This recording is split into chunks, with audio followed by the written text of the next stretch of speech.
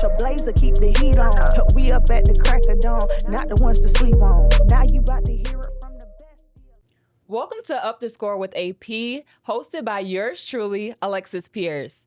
Up the Score with AP is a podcast dedicated to amplifying the voices and stories of women athletes who've made an impact on not only their sport, but far beyond it. This is our very first episode, and I couldn't think of a better guest to kick things off, none other than the 2022 first-round draft pick and WNBA star, Rhyne Howard. Rhyne, thank you so much for joining me today. I'm just really elated to learn a little bit more about your story and the moment that you decided to up the score. For sure. Thank you for having me. I just heard you say this is the first episode, so blessed to be a part of what you're starting and, set the tone for how I'm sure you want this to go. Yeah, Rhyne, I know that you just celebrated a birthday, and you was turned. Y'all went to the SZA and Kendrick Lamar concert. Tell me about your experience being with your teammates and capturing that with them. Well, having a birthday at the end of April, I've always been playing. I've always been in practice. I've always, been in a basketball setting. So, being able to have that, fresh out of the second day of camp, being able to spend time with your teammates and, get to know them a little bit more and, actually have a birthday plan. It was fun to be a part of. The concert was super lit. I didn't know some of the songs, but it was still the vibe that counted. But it was fun and it was great to, already build those connections.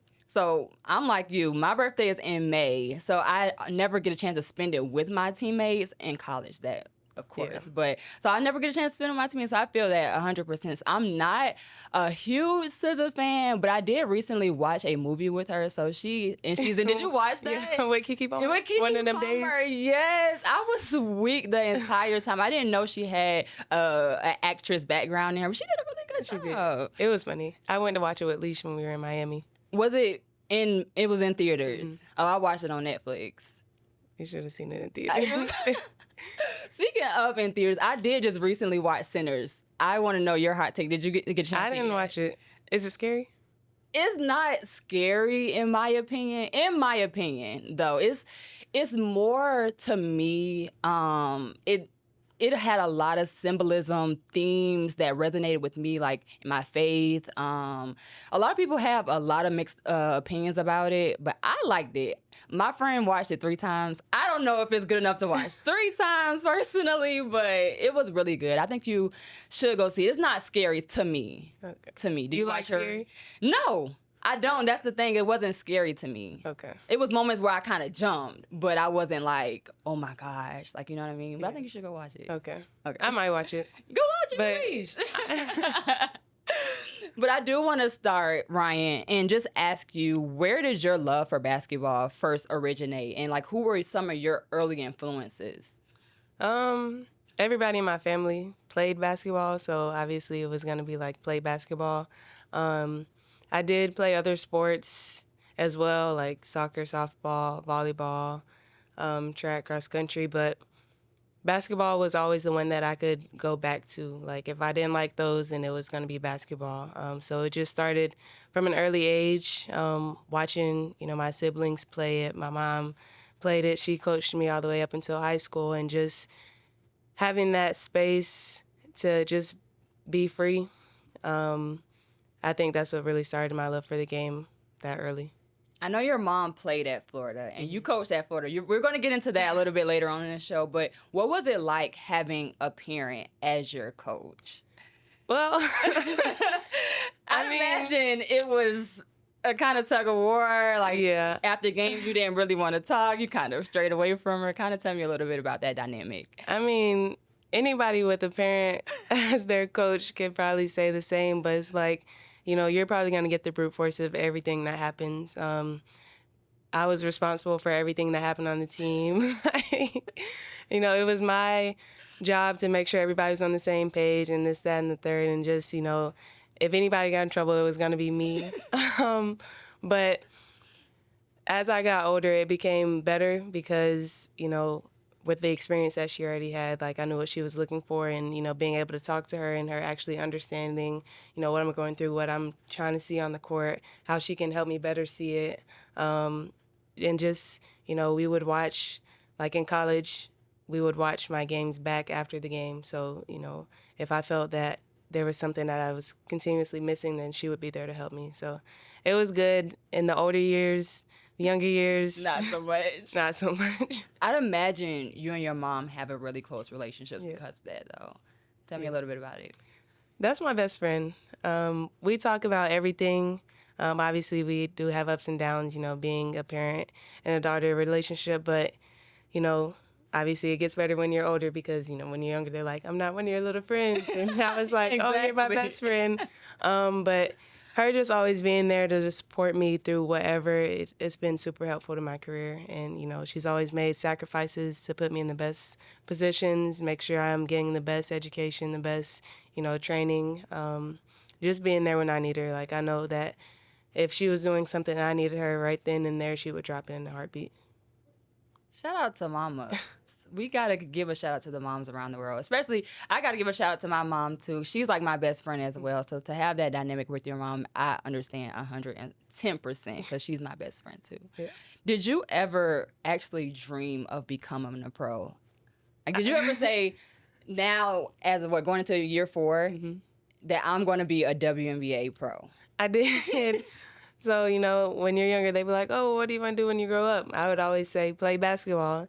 And here comes my mom, like, well, you need to find a real job. Like, WNBA is only the summer. Yeah. And I'm like, no, I'm going to play basketball. That is the job. Like, I don't need anything else. Yeah. And she's like, yeah, okay, so we'll get there when we get there. But actually, for it to come to fruition and, accomplish the things that I've accomplished is just surreal. I'm still taking it in a little bit. I'm super hard on myself, but, I'm trying to learn how to, dial into what's going on because it's not happening to everybody. I want to read off a few stats. You said you've accomplished a lot. This is a lot. I want to read off a few. Tennessee Gatorade Player of the Year, Tennessee Miss Basketball, National Freshman of the Year, #1 pick in the 2022 WNBA Draft, 3-time First Team All-American, 2-time SEC Player of the Year, 2022 WNBA Rookie of the Year, 2-time WNBA All-Star, fastest player to score 1,000 points in Dream history, 2024 bronze medalist for the 3-on-3 basketball at the Paris Olympics, 2-time WNBA All-Star, WNBA Kia Rookie of the Year, and Associated Press Rookie of the Year. That's a lot.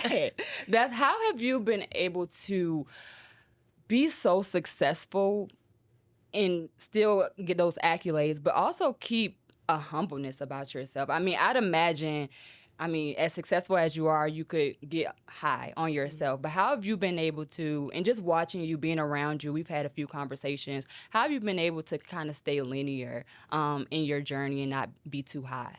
I think it's kind of what you just said, being hard on myself. Obviously, like, everybody's putting in work, and so when you don't get the results that you want, it's a little bit of disappointment because it's like, dang, I'm doing all this and not getting anything in return. But, being hard on myself to where it's like, my problem is it's like, okay, I did that, but what's next? And so I want to continue to go up and continue to, build on these accolades and, see how far I can push myself. But really, it's the support system. Like, it's Nas and Leash, it's the coaches, it's the rest of my teammates, it's my mom, the rest of my family. They're always, like, they know how hard I am on myself. And, yeah, they're hard on me, but they're also like, okay, but, like, you did this, too. Like, it's okay to, not have everything because realistically it's not going to happen. But you can't be so hard on yourself to where you miss out on what good has already come. I think what I got from that is being where your feet are at. I think for me, at times, that is so difficult to do, especially if you have high achievements for yourself or want to reach high achievements for yourself and wanting to think next level, next level, but also remembering that you've already done so much. And you're, 4 years going into now this season, going into the W, and you still have so much to accomplish. But I want you to know, and I'm giving you your flowers now, that you are doing the damn thing. Like, you are doing an awesome job, and I know that you are an influence to a lot of young, beautiful Black women who want to be where you are today. So I do want to give you your flowers for that. Thank you so much. Yeah, for sure. I used to live in Nashville when I played at Tennessee State. So I decided to pick up a coaching job. And I coached at Stewart's Creek. And I remember I don't remember what, we were going into the playoffs. I don't remember I don't really remember. But I remember walking into Bradley Central. And I remember seeing this big jersey hanging on the wall, and it said Howard on the back.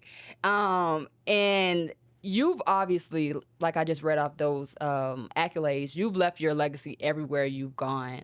When you think back to those early days when you were in high school, what does that chapter of your life mean to you now? For one, Stewart's Creek, that was always a tough game, I will say. But Bradley and Cleveland, Tennessee in itself, like, I know I always have a home there. No matter where I go, I have family there that is still watching me to this day, still supporting me, still always gonna, welcome me back with open arms no matter how long I'm gone. It really, paved the way because obviously a lot of players when they're in high school, they're the best on their team. Hence you.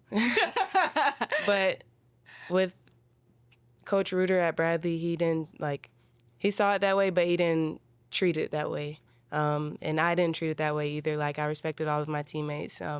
They knew I'd run through a wall for them just as they would for me. And, the way he held his standards, it was everybody's going to work hard. Everybody's going to, be at this level regardless of what you bring to the table. And, a lot of people in high school don't have that. It's like you get to do whatever you want because you are that talented. And so then it leads to, like, entitlement in the future. And so having to start that early, I mean, coming off my mom, for one, going into that setting at Bradley with Coach Reuter and the rest of my teammates and coaching staff there, it forced me to, not forced me to because I feel like I've always been this way, but, not taking anything for granted and, just enjoying life and not making it to where my teammates hated me. Yeah. Or there were any jealousy or anything of that nature, but just having fun and, taking that time in, but also, being super competitive. I love that. I was reading an article, Ryan, and you talked about your white family. Can you tell me a little bit more about your white family and honestly what it means to have another family through this journey with you? Yeah. So when I first got to Bradley, my white family, the Hughes, they immediately took me in. So, like, we started in the summer, of course, and then, like, the kids or their daughters, Hallie and Kaylee. Hallie's a year older, Kaylee's a year younger. Hallie immediately invited me over just to be able to build a relationship and build that bond before, we got to the season or got to any practices. And, I was over there every day. Even just a couple of weeks ago, I went over to the house and, Love it. I can just walk straight in and there wouldn't be any questions asked. So having them throughout that whole thing and, them taking care of me as if I was their own from the beginning, like even when they didn't know anything about me, it meant a lot. And it still means a lot because I know they're still there. And, being able to reach out and them, get back to me or if they need me and then I can, do what I can to show up for them as well. But having that relationship, you don't get everywhere. Yeah. And so for them to take me in, it meant a lot to me and my mom. Love that. I have a question for you. And we talked about this from being in Bradley Central and being in Cleveland, Tennessee, and now where you are now. Do you feel like those early experiences, being so young, having that spotlight, helped you for the pressure of being in the WNBA? I think so, 100%, because, well, even in college, when the W was approaching, I started getting a little anxious because of all the pressure that everybody else was putting on me. And, I was buying into it instead of being where my feet are. Yeah. And so that's kind of why I've flipped the switch. Like, if it's not inside of my circle or anything that directly affects me, then, I try not to, carry that weight. Yeah. Because I've seen how it can get, and I've seen how it can affect me and my teammates and everyone around me. And I didn't like that feeling at all. Yeah. So I think just, staying grounded and staying with the people who are there for you. They'll never put you in a position to where you should feel like you're about to, be anxious or, nervous about anything. I was thinking, just obviously the WNBA draft just happened. Now we're in training camp, and then the season starts on May 16th. It's a gauntlet for seniors that are leaving college. Do you even get a chance to sit in that moment? Like for you, especially, you were the first round draft pick in the 2022 WNBA draft. Did you feel the pressure? Okay, you're with your Kentucky teammates, and now you know in the back of your head, like I'm projected to go number one, but I'm still have a season right now. I'm still in my season, and it's like now it's a draft. Did you tell me about how that pressure is? 'Cause I know that is pressure. Well, senior year I did. I let my teammates know that, obviously I do need to start preparing myself for the next level, but I am all in. I'll continue to be all in for them, and, whatever they needed from me, they could come to me, and if I needed something from them, then I expected to be able to go to them as well. But they knew, obviously, that I was going to be continuing at the next level, but I don't think anybody could ever question if I was going to give my all every day, every practice, every game. You went, I think that your last, that I think going into the playoffs, like you went off. What, I don't know. It was like you guys went on a lull, like you went on a losing streak. Yeah. Did something click for you at that moment? I'm just curious to know. Like you went off, like the last few games. I think y'all went like on a 7-game win streak, and I think you scored like 29.5 points per game, 8 rebounds. I don't know. But tell me just a little bit about that going into like finishing off your senior year, but knowing that you are projected to go number one in draft. It was all of us, and it started with me continuing to be there for them.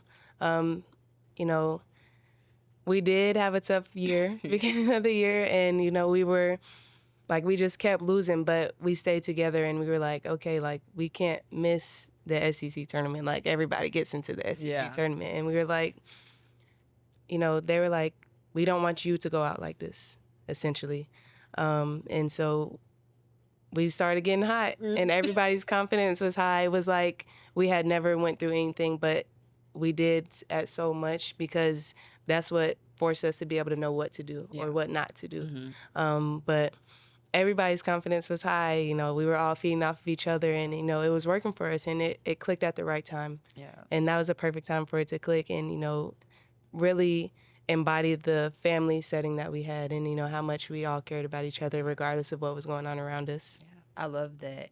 Rhyne, I do want to ask you a little bit about your draft night. I mean, obviously we talked about you going number one, but what were the feelings, what were the emotions going through that night? It was everything. It was everything. Like, you see that you're projected to go wherever you are, but anything could really happen. So nervous, anxious, scared, like everything was hitting me all at once. And then, when my name was called, like I was just like I was sitting at the table, I was shaking. My name was called, I was shaking. Like sitting up there talking in the interview, I was shaking. Like I don't still, do you like remember? No, if you could ask me anything that I said in that interview after I got drafted, I couldn't tell you a single word. I was just talking so fast, and I just wanted to get up the stage. Like, I didn't know what I was saying. As soon as I walked off, I forgot what I said, honestly. Hey. But then, like you spoke about earlier, how it's hard for the seniors. My class, me and Naz, we got drafted on a Monday, and we were both in Atlanta on Wednesday.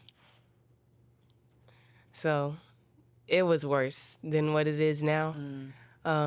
But, I was feeling it that whole week. Talk a little bit more about that. How did you feel? I mean, literally a senior in college, drafted to the WNBA. Now you're an adult, a real adult. Now, Monday, Wednesday, now you're a full-fledged adult. Talk a little bit about, right, you guys were right into training camp, right? Yeah. Talk a little bit about that. It was, from when I was still lit. So I didn't I was just living on the high. But it was just so hectic because I was originally going to go back to Kentucky to have to pack up my stuff and everything, but it was like, okay, you got to get right in it. And it's like, you don't have time to not be ready. Yeah. Because, like, just because, I could have got picked one and I could have got waived. Like, nothing here is guaranteed. At all. And so we got right into it. But me and Nas, like, we were already traveling before the draft, like the Wooden Award stuff and, all those other awards in our senior year. But we got there and we got in that first practice. Good thing everybody else was tired too, because we were exhausted. But, us being together, we talk about this all the time, us coming in together as best friends previous to getting drafted, it made it that much easier because not everybody got another rookie alone, let alone their best friend, to go into it together and, being able to, okay, we have to build new relationships with our teammates, but we already have one. Yeah. So we know obviously what we're going through together and, how we've handled it in the past. But it was definitely hectic. I did have my mom go and pack up my apartment and, basically move me out of college. But it was, once we got into the, what's the word? Into the flow. Into the flow of things, it just started clicking.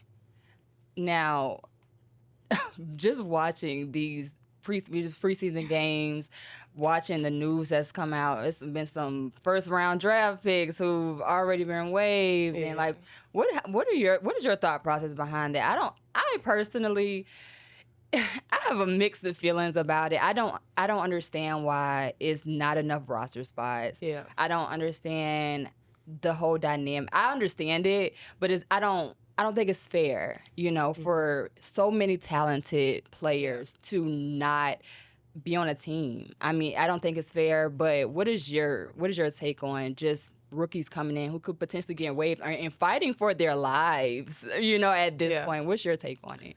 I think, it is expansion, but not just the teams. Like, okay, we're building the teams and we're, bringing more. Like, yeah, but people, it's hard on the people who are fans of the rookies that are getting cut or the players that are getting cut because we're bringing more teams, so we should have more players, right? That's what everybody's thinking. Yeah. And, it is hard. It isn't fair that, she was a really good player in college and, nobody expected her to, be cut this early, let alone before they had any games. I think it was a surprise to everybody because it's like, whoa, like, there hasn't even been that many cuts, period. And so for, that to be happening this soon, I think it was like, okay, this is getting serious. But I think it's like you said, like, all of us are wanting there to be more spots. Yeah. Because, you can have more teams, but if people are still getting cut, then, what was the point? Exactly. I mean, it's 13 teams now. Great. But I feel like, why can't it be maybe a 14-team roster, 15-team roster before we think about expanding to more teams? Let's see what that dynamic looks like, and then we can kind of add more. And I love, great, the Valkyries are here, Toronto Temple is coming, all that. That's great.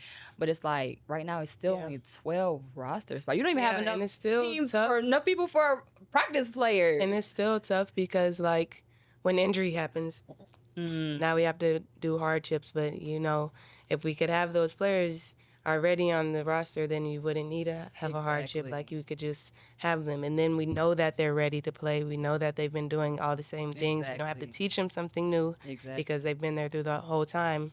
But I don't know. We're still pushing for it. So we'll see what happens. I mean, we already got the expansion. We've got a lot of the things that we've asked for. And so it's only up from here. Yeah, for sure. There's a lot to be excited about this season for the Atlanta Dream, with new faces, BG, Bree, Shatori Rocker-Kimbrough, plus a talented rookie class coming in. What's been got you most hyped for this season, and how do you feel all the new faces will bring success and putting the pieces together for you guys this year? I mean, adding players like that, you always excited. Man. But I think the biggest thing is that not only are we all, like, new to each other, but we have a new coach. So we're all learning new things at the same time. So it's not like they had to come in and learn something completely new than what from they were doing, and we already know it. We're all building the same chemistry at the same time, learning under somebody who has had success, a lot of success in his career already, and so being able to just make it click from the jump, I think that's going to be huge to our success. What have you enjoyed so far with this team? I mean, I watched you guys at training camp yesterday, and you guys were playing really fast. You guys were a lot of hand claps was going on, a lot of communication was going on. You gave each other flowers in the huddle after practice. What's been the most fun for you so far? I think the open shots. Coach Carl has a system where it's threes and layups. Love I'm it. sure everybody knows that. But he's going to do whatever he can to get open threes. It's not like we have a thing is we force tough twos, we don't take them. Yeah. And so being able to get open looks and everybody playing together and on the same page, like willing to make each other better and willing to, I might have a tough two and that I know I can make, but if it's tough for me, somebody else is open. So willing to pass it and, have that selflessness, I think that's going to be huge Giving for up us. the good pass for the great, giving up the good shot for the great shot. Yes, and I think we have a lot of players who are willing to do that. Love that. I talked to Haley a little bit yesterday, and she mentioned just her ability now, more than she's probably felt in the past, of being herself. And we kind of talked a little bit about that before this episode. Can you talk about what it's meant to you so far to be able to play free? Nobody, if you're a hooper, you understand playing free, not having a coach in your ear that's telling you don't do this or being afraid to make mistakes. It's just so freeing to know that you have a coach who believes in you and you can have that freedom to take those threes or hit BG or whatever the case may be. Just kind of talk about how you felt just being able to play free. And I know we're early and it's only preseason, but how are you going to use that going into the actual season? Yeah. Even before I talk about myself, Haley, I've seen what it looks like for her to be free, and, I'm seeing it again this year. Yeah. And, I've always been hard on her, in the past years with her being my rookie, but because I know how great she can be and I know what she can do for this team. But seeing her come back to herself slowly but surely, it's been great, and I know how much it's going to do for us because of how she is as a player, now she is as a person, and, how much success she can cause us just by being free, like not having to think about anything, like having less on her plate is good for us. Yeah.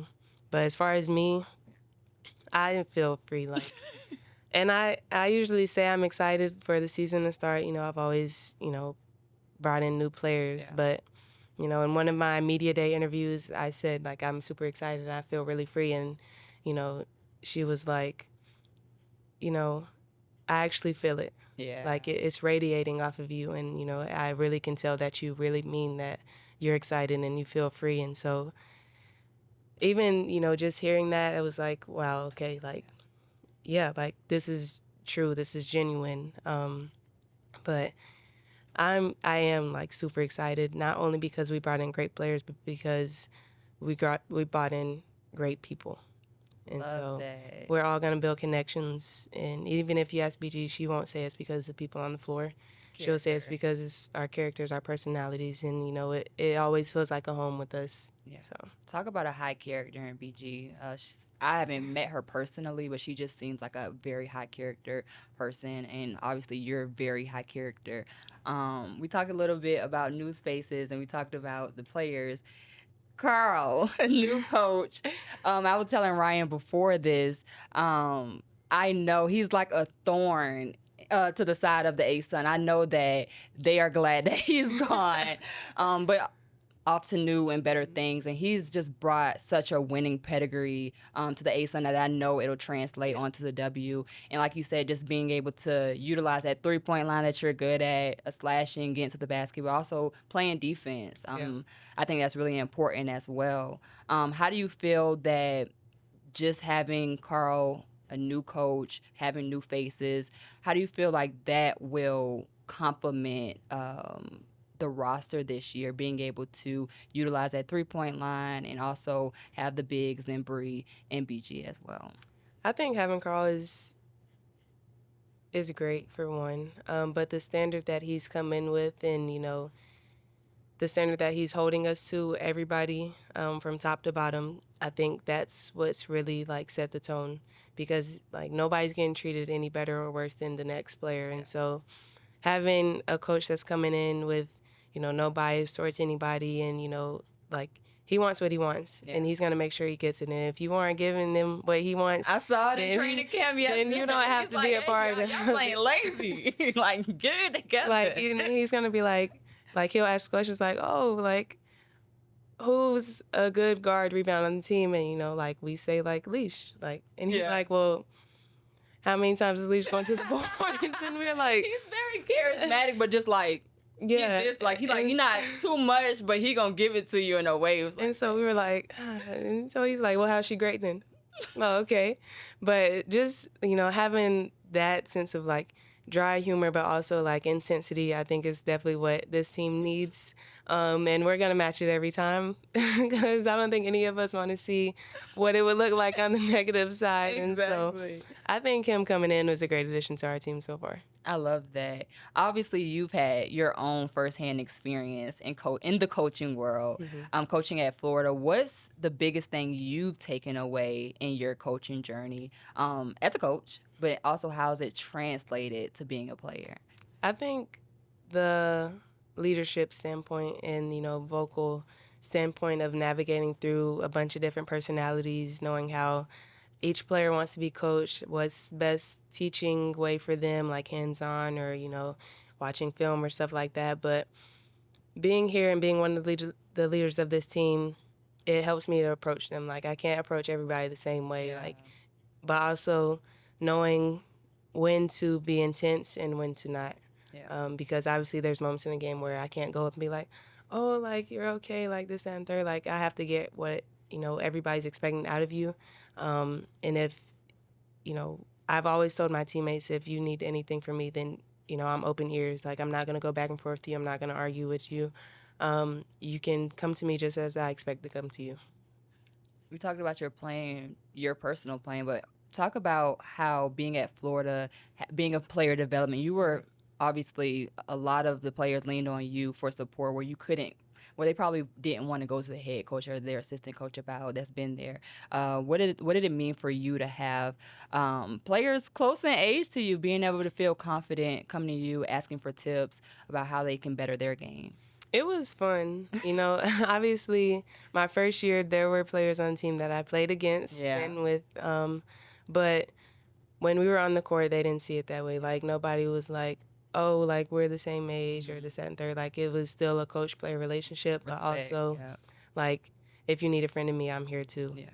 So, being able to have that and build that and know when to enforce the difference, it was good to be a part of. And it was good because it's like I'm seeing firsthand how you're growing. And, I always love to see that. And, not only my players, but in my teammates as well. Where did the job come about? Is that something? I know we talked at media days, like, you don't know if you want to do that long term, but what made you decide let's go for it? Yeah, so Kelly, the head coach there now, she obviously coached against me quite a few times, but she has a good relationship with my mom, seeing as she's an alumni and the people close around me, but I wanted to be a part of something bigger than myself. I personally didn't want to go overseas. I didn't like it. So being able to give back to the younger generation while also, helping them, because obviously players are always like, I want to play at the next level as well. So when I was getting coached at Kentucky, my coaches, they knew what the W was 20 years ago. Having that outlet of what it's like now, and, I can tell you what is and isn't going to work, how hard you need to go, like what GMs and coaches are looking for, and, just setting that standard. Like, I would ask them, if my GM came up to me and asked about you, what would I say? And so being able to give them that approach and give them the standard and, give them a challenge in practice, it was good to be a part of. You talked a little bit about when your coaches were in the league 20 years ago and now, like where you are now. Luckily for you, you came into the league where you don't have to go play overseas. You get to choose to stay domestic, whether you play at Athletes Unlimited, whether you play at Unrivaled. What has been your take on not having to go overseas and staying in states? I'm loving it. So I personally never wanted to go, period. But, I did it to, try it out and see, because you can't say you don't like something if you never try it. Sure. But I did it. I didn't like it. I don't want to do it again. And so it's good that these outlets are coming. Shout out to AU, shout out to Unrivaled, and, being able to still stay home with your family and still be a part of the thing that you love and, you put so much into. You were a part of the inaugural Unrivaled season.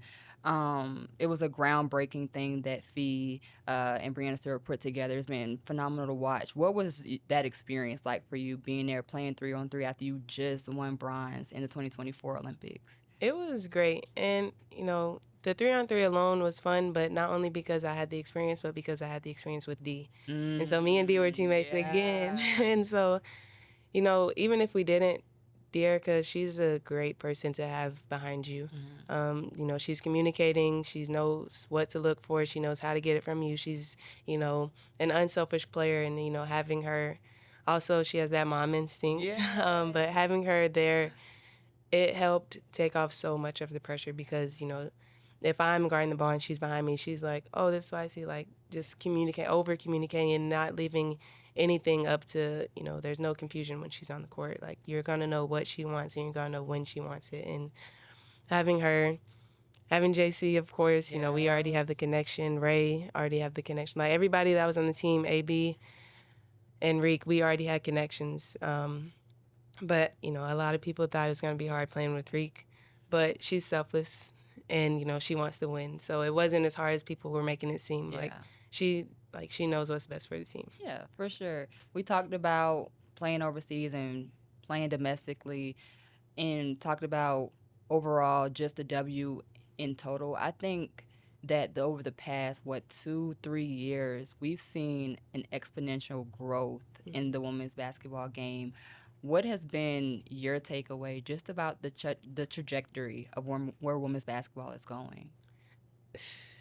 It's been great to be a part of, honestly, because I know all of the players before me have, asked and fought to see this happening and to be a part of the growth that they wanted to see and, part of the growth that we want to continue to see.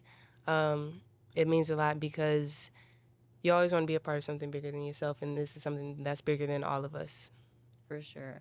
This part of the episode, I want to ask, hence the name of the show, Up the Score with AP. At what moment did you decide to up the score?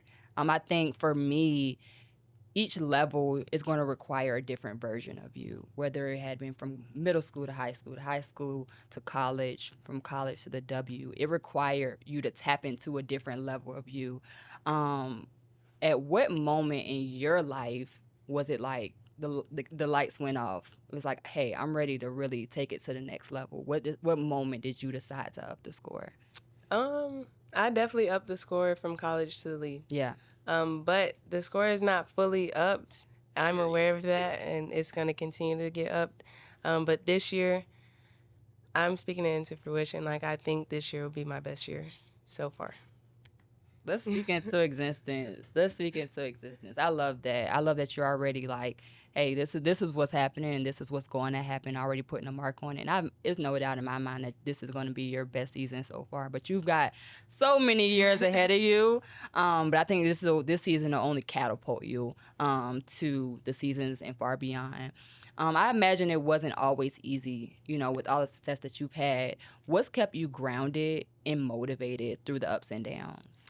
A lot of people always ask me what motivates me, and it's like, I personally don't have anything that motivates me, but my teammates and coaches and my support staff, they motivate me because, like, I know how hard they're going for me. I know, everything that they're doing to see me be successful. So it's like, if I fail, I'm disappointing them. Like, yeah, I'm disappointing myself too, but it's like I have so many other people that are also being let down. And even if they aren't being let down, that's what I'm telling myself.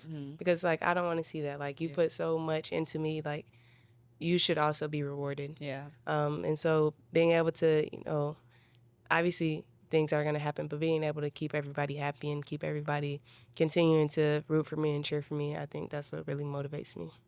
Throughout this whole interview, you've not really mentioned anything about yourself. You've always, I'm here because of this person. This person got me here.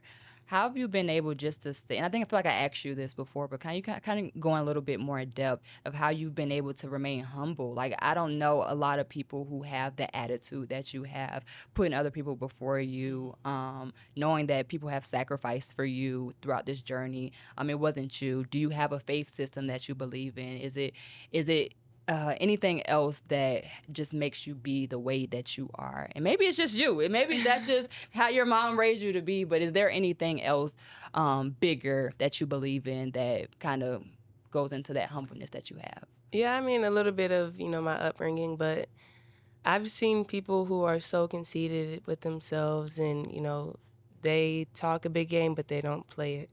And so knowing me, I could do all this talking, all this. I could talk the talk. You talk your stuff a little bit. I could talk the talk and walk the walk, but it's like, do I really have to if everybody knows that I'm going to walk the walk regardless? So, being able to, God has blessed me with many talents. And so being able to not have to say much and show up and, show out every day, I think that's what's really been key because it's like, yeah, I could, but what's the point? Yeah. Either way, I'm still going to have to go out there and play. Yeah. Whether I talk, whether I don't talk, I still have to put my shoes on and play. It was something I saw Flajay say, and she said she doesn't get motivated. She just works hard. And I love that's kind of what I see from you. You don't have to say too much because your game is going to exemplify that through and through. I've seen a lot of interviews or your teammates have said that you'll get on them, that they can be better than what they're displaying. Yeah. But like I said, just your humbleness is exciting to see from you. But I think we're going to close it off, Ryan, with some rapid fire questions. Build your Mount Rushmore. Build your Mount Rushmore for women's basketball. Or it can be broad. It can be both men's and women. No. Just women. Just women. Okay. Maya Moore. Gotta be there. Tamika Catchings. I love her. Asia has to go there. Asia gotta go She's there. And it's a ton of options. Man. I think I'm going to say Cheryl. Gotta be there. Cheryl Swoops. Gotta be there. I love that. I love that you put Asia in there, though. I love that. I gotta put Asia. That's my big sister. She's done so much for the game. I just watched her Nike commercial. That was so dope. Next week, I think her shoe dropping. I need them. I got a pair. Lucky for you. I should have got them when I was at the Final Four. But Asia, man, I texted her when she got her jersey retired, but oftentimes I talk about her, but, I felt I didn't really give her flowers. And, I just told her, I appreciated her for being a big sister. Yeah. Me going to Kentucky, her going to South Carolina, there was always, this. And then especially with, her being in attendance for when we beat them. Yeah. She's always been there. And, they always say that we in the W, motivate younger kids. Yeah. She's motivating people in the W. Yeah. And whether you want to say it or not, it's true. I'm not going to hide it because I know what she's done for the game. And it's okay, she's setting records. I love to chase records. So essentially I'm chasing her. And, I want her to continue to, up the score. And, I'm coming for her. I keep telling her all the time, I'm going to be right there with you. You keep doing your thing, and I'm coming. So being able to have her now to look up to instead of, obviously you've seen who was in my Mount Rushmore, but having somebody to chase in the now, I think is good for the game. What's the saying? You stand on the shoulders of the woman in front before you. Mm-hmm. That's what I'm on her shoulders for sure. Love that. This is supposed to be rapid fire. So, all right. If you could, but I love that you said all those good things about Asia because I'm a big fan of Asia as well, and I know a lot of us are. Yeah. If you could do anything for the rest of your life, what would it be? Probably art. You can draw. Mm-hmm. You love to draw? Yeah. What else do you like to do? I like anything with my hands I'm good at, like obviously Legos, draw, paint, crochet, puzzles, video games. Where did that love come from? Like, it just was instilled, or is anybody else before you that kind of can crochet, do those other creative things? The video games came from my older brother. Yeah. Of course, you always get the hand-me-down Yeah. consoles. But the art, that was all me. You know, I'm probably the most creative in my family. The crochet, I did take a class in college, so I know how to crochet and sew and all that. But the drawing, that's been there. Like origami, that's been there from a young age. So, But the court is your canvas too, though. Yeah. The court, your canvas. Yeah, I for like to sure. say drawing is just another 4 lines that I can get in between. Love that. Ah, that's so good. If you didn't play basketball, what other sport would you play? Volleyball. Volleyball? Yeah. You was that deal in volleyball, huh? I'm pretty good. All right. Unpopular opinion that people think about you.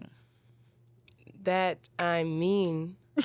I'm not mean at She's all. not Everybody must be mean. like, oh, she's mean. No, I'm not mean. Ryan, you're actually one of the nicest people. Like, I don't know. I think you're one. I don't, maybe it's like the resting face. Like, Either I'm mean or that I don't work hard. okay.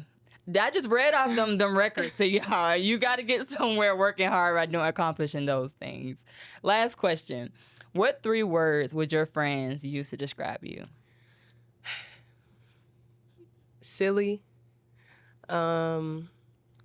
Silly/goofy. So that's one. Caring, and then humble, of course. Love that. I mean, Ryan, I think we're done here. I want to just say I appreciate you so much for sitting and chatting with me today. It's been a thrill, you know, learning a little bit more about you. I'm super excited to see what you do this season. You said it's going to be your best season yet, so I'm looking forward to seeing it. Good luck. One last thing, one last ask of you. I want you to look in that camera and just say, my name is Ryan Howard, and I just upped the score with AP. Okay. All right. My name is Rhyne Howard, and I just upped the score with AP. It's time to up the score with AP. It's time to find out what it took to get to what we did. Had to turn it up a notch, a blazer, keep the heat on. We up at the crack of dawn, not the ones to sleep on. Now you about to hear it from